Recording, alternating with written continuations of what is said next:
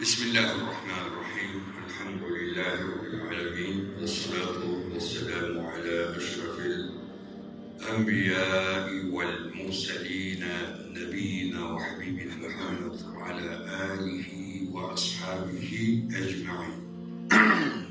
Amma ba'd. Assalamu alaikum ve rahmatullahi ve berekatuhu. Hurmatlı öğretmenler, cevaptan verimli Allah bugünkü günümüzde bereketli olsun. Yaşlı bilip jasagan günlerimizi Allah'ın özü geçirip ahiretteki derecelerimizi Allah'ın özü büyük kılsın. Tuğanlar bugünkü bizden sözümüz şükür jönünde bolmakçı. Şükür. Allah Teala'ga şükür keltiriu jönünde. Bu şükürdün fazileti, faydaları tuuralı inşallah söz kılabız. Jaratkan Allah Subhanahu ve Teala Ali İmran Suresi'nin 145. ayetinde وَسَنَجْزِي الشَّاكِرِينَ şükür kılganlardan beleklerin biz veririz. Şükür kılganlardan.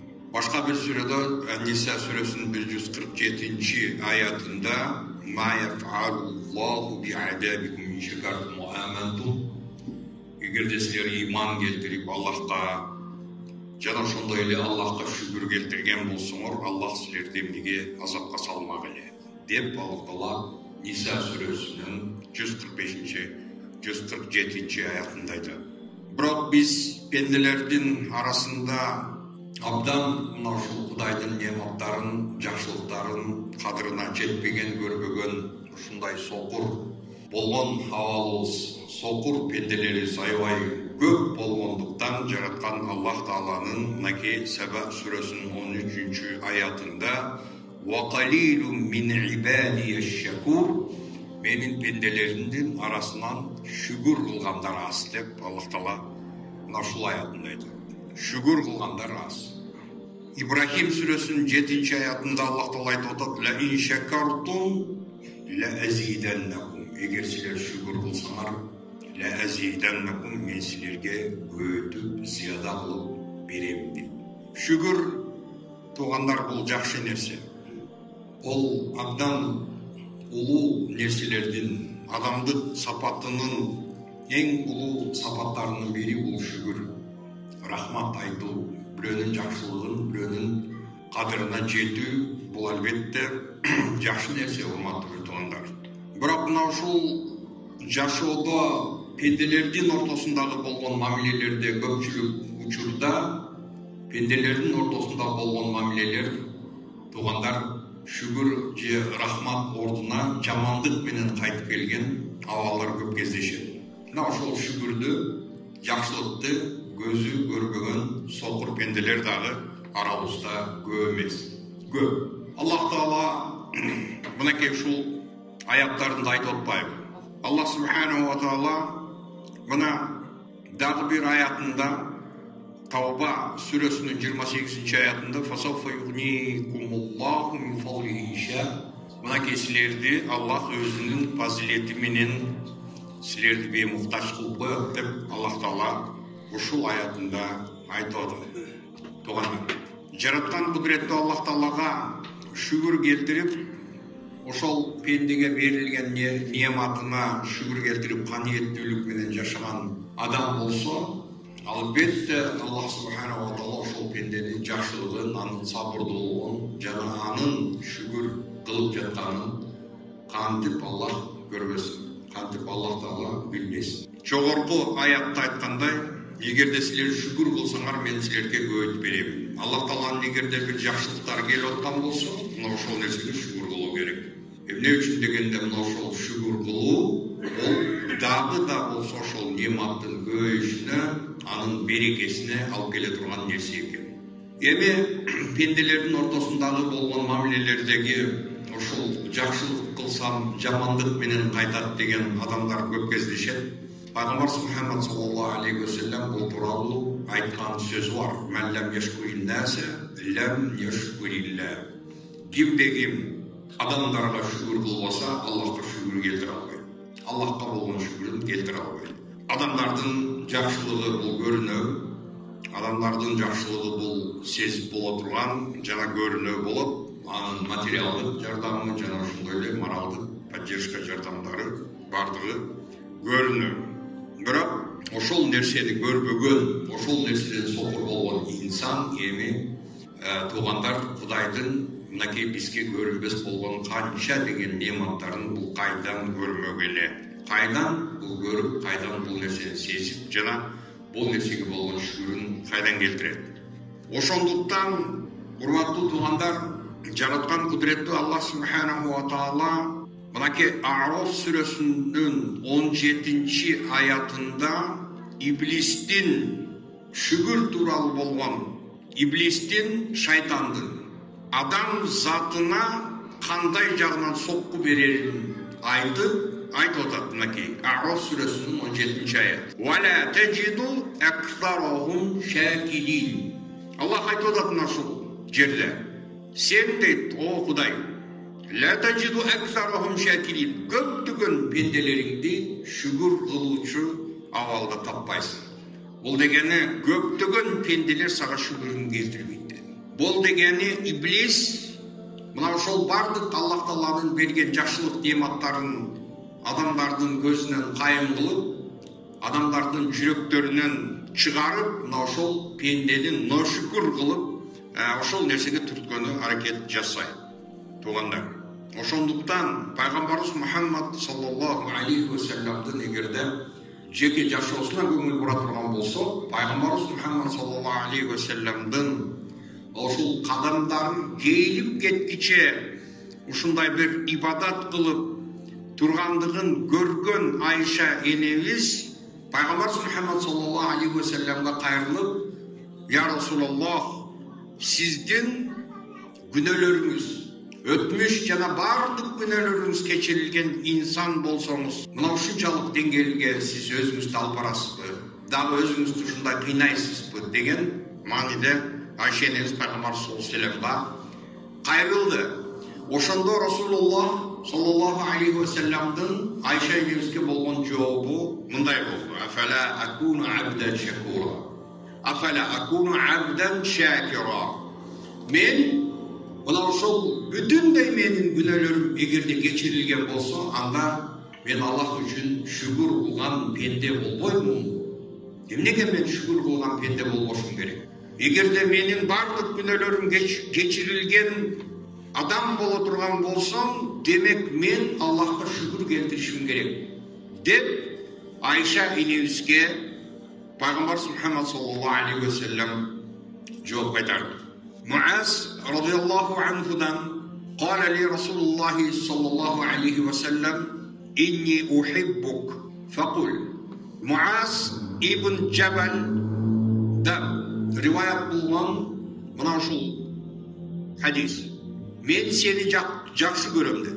Мен сени жакшы көрөм. Факул, айттым.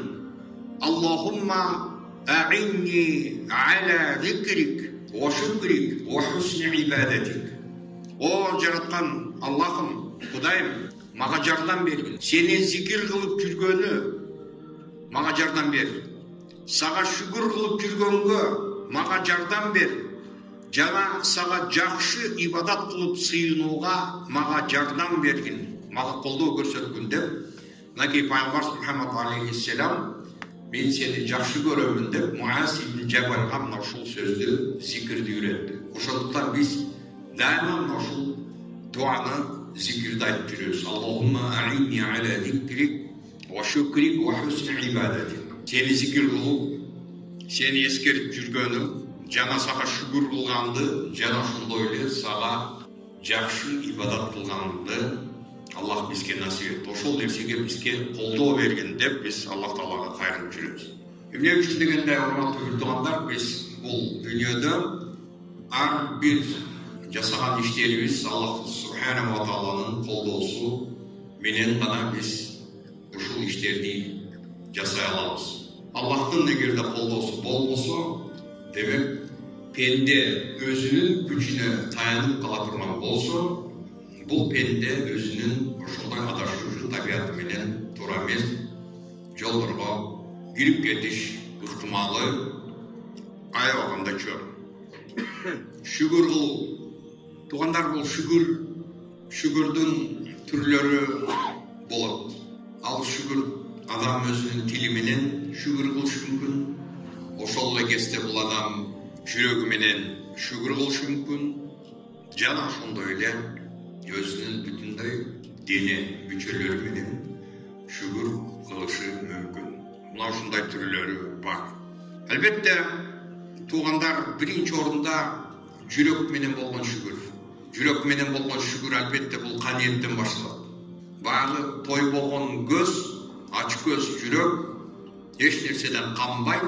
Ошондуктан ар бир пенде Кудайдын ага бөлүп берген үлүшү менен ыраазы болуп жашоо кечирүү ошол эң биринчи чоң шүгүр.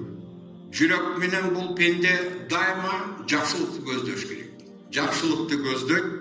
Жана ошондой эле бул жүрөгүндөгү болгон жакшылыгын албетте тегерегиндеги курчап турган аны калыптан бул нерсени жашыруу тутат. Жүрөктөгү нерсени башка бирөөлөр билбейт бул. Бирөөнүн жүрөгүндөгү нерсе экинчи адамдар үчүн бул гайып. Бирөөнүн жүрөгүндөгү нерсени, жүрөгүндөгү сырларын, анын ниеттерин эч ким билбейт, урматтуу туугандар. Ошондуктан биз дайыма айтып келебиз. Сырттан бирөөгө жөн, бирөөнүн жүрөгүндө анын ниетине өкүм чыгаргандан этият болуу керек. Тил менен болгон шүгүр бул албетте жараткан Аллах Таалага болгон мактоолор. Хамд айтуу, Аллах Таалага мактоо айтуу. Алхамдулилля. Алхамдулилля. Качан көрсөң, алхамдулилля. Пендени учурашсаң, сүйлөшсөң, кабарлашсаң, алхамдулилля. Алхамдулилля. Мына ушул тил менен болгон жаратканды мактоо, даңазалоо, мына ушул тил менен болгон шүгүр болуп эсептелет. Мына ошол нерсе. Дене мүчөлөр менен болгон шүгүр, туугандар бул Аллах субханаху ва тааланын берген неаматтарына, ошол Кудайдын берген жакшылыктарын эми арам нерселерге жумшабастан Кудайга болгон, Кудайга жагымдуу болгон нерселерге жумшоо. Кудайга жаккан нерселерге, Аллах Таалага болгон моюн сунууга жумшоо. Жараткан Кудайдын алдында күнөөкөр болуп калбаш үчүн мына ошондой неаматтарды колдонуу. Жараткан Аллах Тааланын алдында күнөөкөр болуп калбаш үчүн Кудайдын берген неаматтарын ошол нерсеге колдонуу. Адамдын көздөрүнүн дагы мынакей туугандар ошол шүгүрлөрдүн бири адамдын көзүнүн шүгүрү. Бир мусулман адамдын кандайдыр бир кемчилик, бир айыбын көрүп турган болсо, ошол нерсени жашырып коюу дагы ошол дагы шүгүр. Бул дагы шүгүр. Кулактын шүгүрү, эгерде сен бир кемчиликти, бирөөнүн кемчилигин эгерде сен айыбын угуп жаткан болсоң, ошол нерсени жашырып коюу, ошол нерсе дагы шүгүр. Мына ушундай бардык түрлөр дене мүчөлөрүнүн Аллахка болгон шүгүрү деп айтсак болот. Бардык дене мүчөлөр, адамдын колунун, бутунун, мына ошол нерселердин бардыгы эгерде жакшылык жолго иштей турган болсо, иншаллах мына ошол дагы шүгүр болуп эсептелет туугандар. Аллах Таала эгерде бирөөгө ошондой байлык, дөөлөт берген болсо, ошол нерсесин муктаж адамдарга, зарыккан адамдарга жардам берип, кол узата турган болсо, мына ошол нерсеси дагы шүгүр болуп эсептелет туугандар. Эми тил менен айтылган шүгүр, албетте бул жараткан Аллах Таалага болгон ыраазылыкты сыртка чыгаруу. Сен ыраазы болуп атканыңды албетте бул нерсени көрсөтүшүң керек. Ыраазы болуп атканыңды бул нерсени сыртка чыгарып турушуң керек. Мына ушул нерсе мусулман адамдын мойнундагы бир милдети. Тил менен айтып туруу. Эми багы жөн эле мен жүрөк менен эле шүгүр кылып, ичимден эле мен Аллахты сүйүп, Кудайга шүгүр кылып жүрөм деп ошол нерсе менен чектелип калбастан, адам ошол зикирлер менен, мактоолор менен, даңазалоо менен тилине ошол нерсени алып турушу керек. Пайгамбарыбыз Мухаммад sallallahu aleyhi ve sellem'den aytkan bir sözü var. Et-tehaddusu bin-ni'ami şükrun ve terkuha kufrun. Ahmad hadis-i ağında gelir. Peygamberimiz Muhammed sallallahu aleyhi ve sellem aytat, şu nimettardı, yaşlıklar jönünde söz kılıp bu şükür. Alemi bu nerselerdi kaldırıp koyu, Бул капырлык деп. Албетте капырлык бул жерде куфрану ни'ма деп коюп, урматтуу бир туугандар, куфрану ни'ма ошол жакшылыкты жокко чыгарып жиберип, ошол нерсени бизде капырлык деп. Буквальный смысл капырлыктын ушундай сөздүк мааниси жашырып коюу дегенди аңдатат. Биз башка сабактарыбызда бул тууралуу кеңири токтолуп өткөнбүз. Мына Умар ибн Хаттаб радиллаху анху, Умар ибн Хаттаб разияллаху анхунун окуясына көңүл бура турган болсок, Умар бир киши менен жолугуп калды. Жолугуп калган кезде анын акыбалын сурады. Кайф асбахт? Кандайсың? Кандай таң аттырдың? Кандайсың? Баягы киши жооп берет, Ахмадуллах, Аллахка мактоолор болсун деп. Аллахка шүгүрлөр болсун, Аллахка мактоолор болсун. Деди эле Умар разияллаху анху айтат, "Закаллази арадту." Мына ушул нерсени мен каалап турдум эле, дейт. Бул дегени сен кандайсың, акыбалың кандай деп сураганда, мына ошол баягы пенденин оозунан, анын тилинен Аллахка болгон мактоону сууруп чыгарыш, мына ошол негизги максаты болчу. Умар разияллаху анху мына ошол нерсени көздө тутуп алат.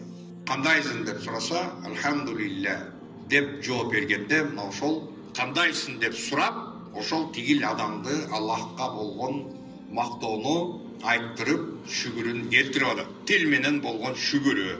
Илгерки бизден алдын өткөн адамдардын акыбалына биз көңүл бура турган болсок, туугандар, мына ушундай биринен бири акыбалын сурашып, кандай, бизде кантип сурайбыз? Кандай жатасың? Кандай турасың? Кандай жатасың? Кандайсың? Айтор кандай болбосун, кандай болгон чакта дагы Аллах субханаху ва таалага болгон шүгүрдү мына ошол суралып жаткан адамдан чыгаруу. Кудайга шүгүр. Алхамдулиллах. Ушул шүгүрдүн карама каршысында туугандар куфрану ни'ма деген нерсе, ушундай түшүнүк бар. Куфрану ни'ма. Жакшылыкка капыр болуу. Жакшылыкты көрбөйт да. Жакшылыктын кадырына да жетпейт. Мисалы, ошол адамдардын ортосундагы мындай мамиледе жүргөн ошондой неблагодарный типтер бар. Жакшылык жасайсың, жакшылык жасасаң, ошол нерсени көмүп кете берет. Алчы мындай же рахматын айта албайт, же ошол нерсеге шүгүрүн келтире албайт. Анан вечно ошондой типтерди карасаң, вечно недовольный. Ошондой типтер вечно недовольный болуп жүрөт, наразы болуп жүрөт. Бардыгынан наразы. Баарынан наразы. Эч кимден ошол адамды ыраазы болуп атканын көрбөйсүң. Бирөөдөн эгер ыраазы болуп аткан болсо, эми нормально. Акча кыстарып, колуна бир жардам берип, же акча же башка бир жардам болсо, ошол кезде может ошол адам ошол жакшылыгын кадырлап жетиши мүмкүн, но это туугандар мимолетный нерсе, көрүнүш. Бир убакыт, бир мезгилден кийин көрсөң ошол нерсе таптакыр багы болот го, химический состав улетучиваться этип, акырын испаряться этип жок болуп кетет. Мына ошондой ситуация, туугандар. Мына ошондой типтер жараткан кудуреттүү Аллах субханаху ва таалага нематына шүгүр кыла албайт. Шүгүр кыла албайт. Шүгүр ала албайт. Мына азыр мечитке басып келдик. Мечитке басып, өзүбүздүн бутубуз менен басып келдик. Ошол нерсени хоть бирөө жарым кечине болсо дагы ойлоңду. Өз басып келип атканын, инвалидный коляскада келген жок, басып келип атат. Бирөө көтөрүп алып келген жок. Ба коронавирустагы болгон нерсе. Эми түрдүү конспирологияда түрдүү версиялардын баары айтылып атат, но айтылганы менен факт бир. Мына ошол адамдардын деми кыстыгып, дем кысылып, кислород жетпестен, адамдардын ошол сатурациясы, каны жетпестен акыры мына ошол нерсе менен летальный исход болуп атты. Өлүмгө калып атышты. Бул нерсени отрицать эткен эч ким жок. Бирок ошол нерсе болду. Ошол нерсе болгон кезде бул Кудайдын берген нематы экендигин, мына ошол жөн эле жатабы, турабы, Кудайдын берген таза абасы менен дем алып, өзүнчө дем алып, баягы кислородный баллон же болбосо искусственный дыхательный аппаратты коюп, аны дем алдырбастан өзүнчө дем алып жүргөнү дагы бир чоң немат экенин ошондо ошол адамдардын жүрөктөрүнө жетти. Бизге бир нематтын жетиши үчүн, ошол нематтын кадырына, баркына жетиш үчүн бизден обязательно ошол немат жок болуш керек. Ошондо гана биз ошону сезебиз. Мына ошол айтайлык туугандар, аккан арыктын кадыры жок деп. Ушул макал бекеринен айтылган эмес, аккан арыктын кадыры жок. Жаныңда суу агып атат, ошол нерсенин кадыры качан ошол арык кургап калганда, мына ошондо гана баягы суу проблемасы сенде возникать этип, суу проблемасы жаралган кезде мына ошондо сен эстейсиң. Суу жок. О, машалла, илгери сонун эле суу агып турчу эле ушул жерде. Агып турган кезде сен Кудайга шүгүр айтканда жоксуң. Мисалы, мына ошондой. Ошондуктан туугандар, эми ушул шүгүрдү Аллах субханаху ва таалага шүгүр келтирүүдө, бул шүгүр келтирүү үчүн бул бир гана адамдын оозундагы тили гана, жанын дене мүчөлөрү гана жетиштүү экен деп ойлоп калган, бул жаңылык. Эмне үчүн дегенде, мына ошол нерсени аң сезими менен адам түшүнүп жетиши керек. Аллах таалага шүгүр келтирүү үчүн. Кудайдын чексиз нематтарын Аллах субханаху ва таалаки ва ин та'удду ни'маталлахи ла тухсуха. Кудайдын жакшылыктарын эсептесеңер, аны чектей албайсыңар, саны жок, санай албайсыңар деди. Действительно, эсептеп ала турган болсок, Кудайдын берген жакшылык нематтарынын саны эсепсиз. Аны чектөө мүмкүн эмес. Шариятыбыздагы келген мына ошол тыюу салынган, мисалы арам деп тыюу салынган нерселерди бардыгы эсептелүү. Саны бар, бирок Кудайдын нематтарынын саны жок, эсеби жок. Эми ошол тил болсо, ошо шүгүрдү мен айтмакмын. Же бир кол болсо, же буту болсо, мен ушул нерсени жасамакмын, мен жүрмөкмүн деген нерсе качан возникать этиши мүмкүн? Качан ошол нерседен кур калган кезде? Ошондуктан бул нерсени, урматтуу бир туугандар, шүгүр келтирүү деген нерсе жараткан кудуреттүү Аллах тааланын сүйгөн нерсесин билип түшүнбөстөн туруп бул нерсе ишке ашышы мүмкүн эмес. Аллахтын сүйгөн нерсесин сен таанып билип, бул нерсе только бир гана жүрөк аркылуу болушу мүмкүн. Адамдын жүрөгү аркылуу болот бул нерсе. Аллахка жакпаса бир нерсе, мисалы, жакпаган нерсесин токтотуп коюу, же болбосо Кудайга жаккан нерсени аткарып коюу. Мына ошол нерсени конкретно адам, мусулман адам различать этип, ошол нерсенин различиясына, ортосундагы айырмага барса, ошону осознавать этсе, анан кийин мына ушул баягы биз айтып аткан шүгүр деген нерсе мына өзүнүн туура бир нугуна чыгат. Жараткан кудуреттүү Аллах тааланын сүйгөн нерселерин билип жетүү үчүн бизге эки нерсе керек, туугандар. Биринчиси, бул бизге кулак нематы керек. Кулак менен угуу.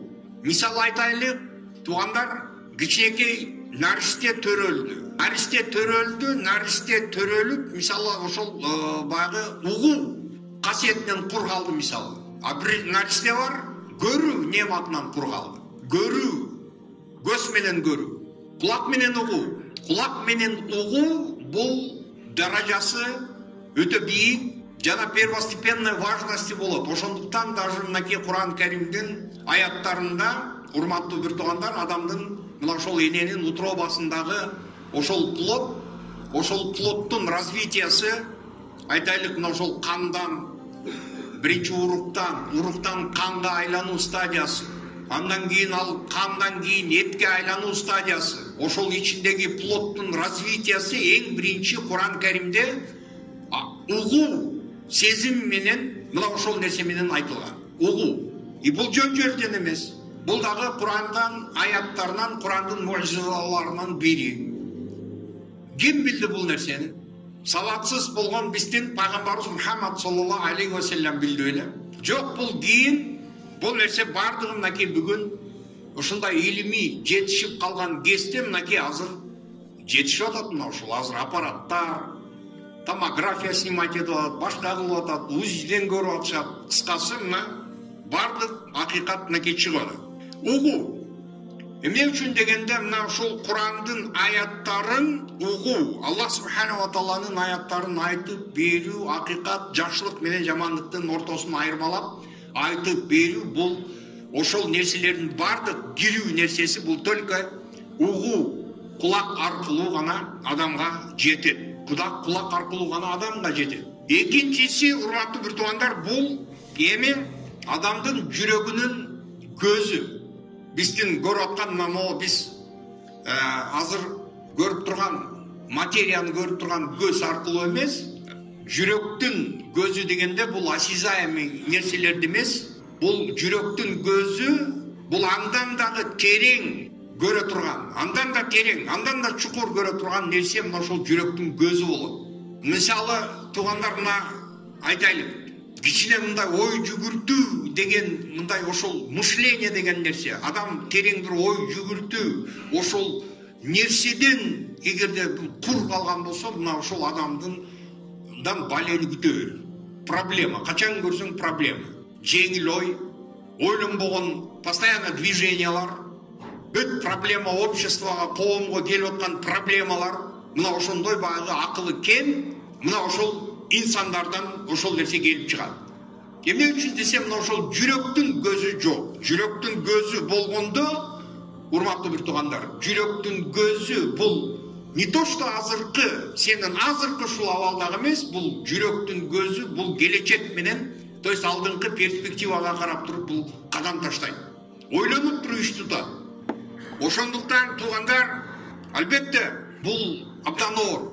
Эми азыр мисалы биз адамдын акылына, мына ошол аң сезимине салып коюп туруп, бул жакшылык менен жамандыктын ортосун ажыратуу мүмкүнчүлүгүн адамдын колуна тапшырып койгондо, анда Аллах Таала пайгамбарларды жөнөтпөйт болчу.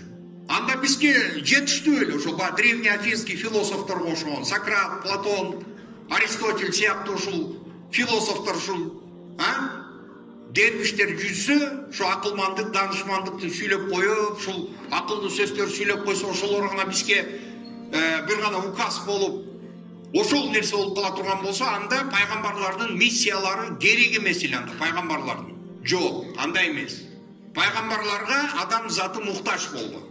Эмне үчүн дегенде, бул адамдын жүрөгү канчалык терең болбосун, канчалык жүрөгүнүн көзү укмуш болбосун, жакшылык менен жамандыкты бул шунчалык ажыратып турган болсо дагы, жараткан Аллах Субханаху ва Тааланын каалаган, сүйгөн, жет көргөн нерселерин адам затына жеткирүү үчүн пайгамбарлар, посредниктер керек болгон. Ортомчу, пайгамбарлар булар ортомчулар. Ошол Жибрил алейхиссалам, Жабраил периште, ошол өзүнүн миссиясын аткарса, периштелердин, мынакей эң чоң периштелердин миссиялары өзүнүн миссиялары менен жүрөт. Мисалы, Аллах Субханаху ва Таала ошолорго жүктөгөн программалар бар. Жабраил мына дал ошол миссиясын аткарып келген. Бул адам затына, пайгамбарларга Аллахтын буйруктарын жеткизип келген. Аллахтын вахийсин жеткирип турган мына ошол Жабраил периштеси болгон. Ошондуктан эми кичине ой жүгүртүп бир нерсеге назар салуу, мына ошол нерседе жараткан кудуреттүү Субханаху ва Тааланын данышмандыгын мына ошол нерседе табуу мүмкүн болот. То есть эгерде биз мындайда туугандар, баягы адамдарга бир нерсеге тыюу салып, запрет коюлган болсо, категорически шариатта арам деп тыюу салынган болсо, ошол нерсеге дагы терең ой жүгүртүп көрсөң, ошол коомго, адам затына ичинде алып бараткан чоң бир кооптулук бар үчүн мына ошол нерсе шариат тарабынан тыюу салынган экенин биз аңдап жетип түшүнөбүз. Ар бир бул дүйнөдөгү жаратылган нерсе, ар бир нерсе өзүнүн кандайдыр бир максаты, жана ошондой эле өзүнүн бир данышмандыгы менен жаратылган. Туугандар, биз мына ошол тегерегибиздеги курчап турган нерселерди аят дейбиз. Араб тилинде аят деп айтылат. Биз үчүн мисалы көпчүлүк адамдар үчүн аят десе, бул Куран аятты биз элестетебиз. Туура, Куран аяты бул дагы аят. Бирок бизди тегерегибиздеги курчап турган табият, мына ошол жаратылыш, мына ошол жаратылыштын өзү, жаратылыштын куулуп ушундай турган бардык көрүнүштөрү, ошолордун бардыгы аят болуп эсептелет. Ошондуктан бул нерселердин бардыгын ал-аятул кауние деп коет. Ал ошол жаратылыш аяттары. Куран аяттары бул албетте Аллах Тааланын ошондой данышман, улуу, кудуреттүү заттын сөздөрү деп билебиз. Ошондуктан туугандар, бардык ошол аят Аят деген сөздің дағы мына ошол сөздүк мааниси, буквальном смысле эгерде биз которо турган болсок, аят дегени бул ишарат дегени. Аят дегени бул белги дегени. То есть бул эмне десе, бардык нерсенин өзүнүн аяты. Мына айтайлык, мына могу мечитти бирөө салган болсо, же бир кандайдыр бир адам узорлорду салды, укмуш, накш, кол менен ручной работа, ручной изделие кыла турган болсо, же болбосо бүгүн 20, 30, 40, 100 миллион доллар турган картиналарды алып көрө турган болсок, мисалы туугандар, мына ошол байлар азыр бүгүн ошол нерсени живопись, там искусство эмне деп наамдашпасын, но ошол картинадагы өзүнүн художниктин, мисалы художникке болгон аят болуп эсептелет. То есть ошол художниктин аяты. Бул художниктин канчалык деңгээлде ошондой багы детальларга ушунчалык көңүл буруп, мына ошол нерсени жаратты. Жараткан Аллах субханаху ва таала биздин тегерегибиздеги мына ошол аяттарды, табиат аяттарын, ошол жаратылыш аяттарын бизге берди, бирок ошол нерселердин бардыгында биз жакшылык, бизге болгон неемат деп, мына ошол нерселердин баарын биз көрүшүбүз керек. Ошондуктан Кур'ан Каримдин аяттарына көңүл бура турган болсок, жер жана асмандардын жаратылышына, жана түн менен күндүн алмашуусуна, мына ошол нерселерге назар салуу, мына ошол нерсеге Аллах Тааланын үндөгөн аяттарды табабыз. Бул, урматтуу бир туугандар, мынакей Аллах субханаху ва жа'ална нахара ма'аша ва жа'ална лейла субата. Күндүз, мисалы ошол тирлик кыла турган, адамдар кыймыл аракет жасай турган ушундай фаза болсо, а түнкү фазасы бул адамдын ошол организм чарчагандан кийин уйку, эс алуу, организм эс алуу, мына ошол нерсеге болгон муктаждыгы бар экендигин, мына ошол нерселердин бардыгын түшүндүрүп, бизге даана түшүндүрүп жеткизип турат. Бул дегени туугандар, ар бир нерседен биз Аллах Тааланын аяттарын, Аллахтын берген бизге болгон неематтарын көрүп турабыз. Ошондуктан биз Аллах Таалага болгон шүгүрдү эч качан унутпашыбыз керек. Эң эле кооптуу нерсеси туугандар, ошол жашоодо ушул аяттарга эч нерсеге ишенбеген, Кудайдын эч кандай бир неематына дагы ишенбеген, мисалы ушул материализм, только атеизм менен жашаган инсандардын эми шору. Шорунун башталышы мына ошол биологический смерть менен башталды. Адамдын жаны чыккандан кийин мына ошол чыныгы реалиге өтүп баштады.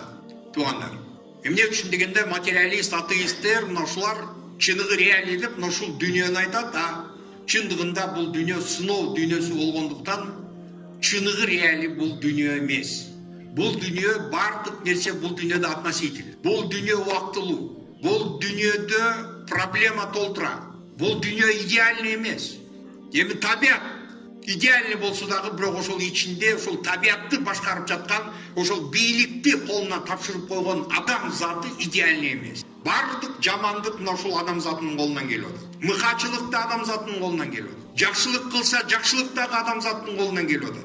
Ошондуктан чокуга көтөрүлсө, эң чокуда мына ошол эң эле гуманный болгон ким? Адам болсо, эң төмөн ылдый түшүп кеткен, айбандан да төмөн болуп кетип аткан дагы ким десең адам болуп чыгып атат.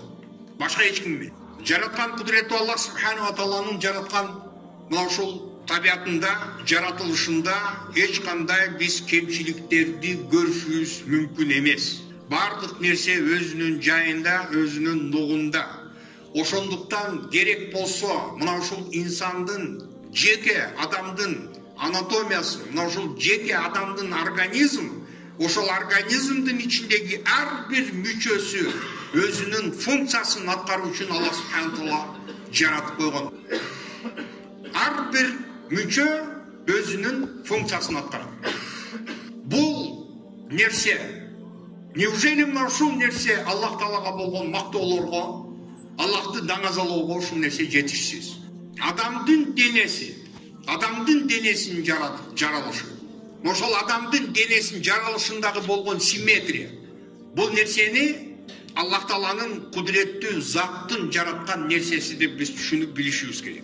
Албетте, баарынан дагы урматтуу бир туугандар, ушул дүйнөнүн жаратылышы, бул дүйнөнүн жаратылышы, адам затынын жаратылышы, жин затынын жаратылышы, мына ушул кандай нерсе болбосун, мына ошол нерселерден болгон негизги максат бул Аллах субханаху ва тааланын кудуретин таанып билүү, Аллах таалага болгон сыйынуу деген нерсе менен мына ошол самый баягы маңыз, мына кондициясына мына ошол нерсе менен жетип атат. Ибадат менен.